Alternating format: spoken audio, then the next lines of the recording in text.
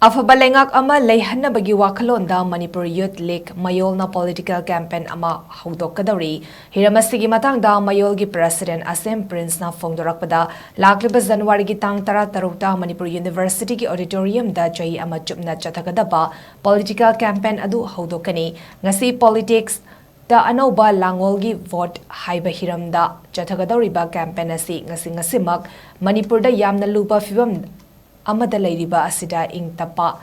ingtapna hingnabagi amata ngairaba lambidi politics khangna chatpa asina oigani haina lawi maram aduna ching amasung tamgi afaba luchingba khanba ngamnabagi damak wakhal taminnanaba leiriba political party CSO amadi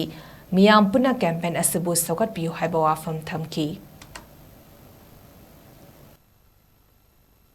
Mayolna chahi machupna chathazarkadoriba politics ano belonging vote for national regeneration haiba campaign asi ta cinemaki kari damakta ekoina pangthok daba yadre na khanjar kanda pangthok naba hona jaribino haibagi apumai wafum adusu thamjage ngasi ireba irom damgi fibam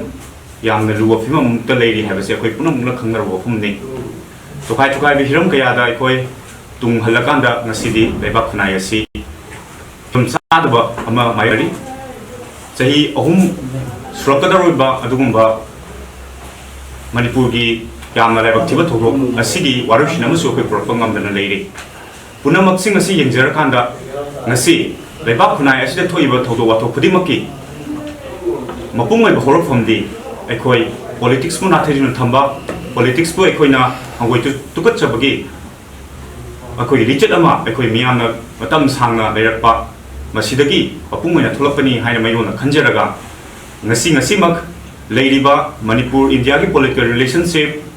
loinana Manipur da leiriba semilon gi fibam Manipur da ngasi miyamna politics bo hangoi tuka chanariba fibam loinana Manipur da thoiba khudingmaki horpam asi aikoi gi miyam khumna politics bu khangmin nadaba taragadi masigi pakum piba ngamloi habase mayona ache pathazaba loinana hairiba miyam khumna aikoi gi politics bu Khangminanabagi amadi Lakadoriba assembly election asigi gi mangoinana high assembly election asida free and fair oiba mikhol kangonama letabiya de masina aikoi gi lebak khunai asida achumba politics ki yumpham tholakani loinana aikoi gi ngasi lenga se mati leitadana lenga pandabum leiba lebak ase afaba lenga ama thamge haibadi afaba government ama thamge haibadi aikoi mikhol gi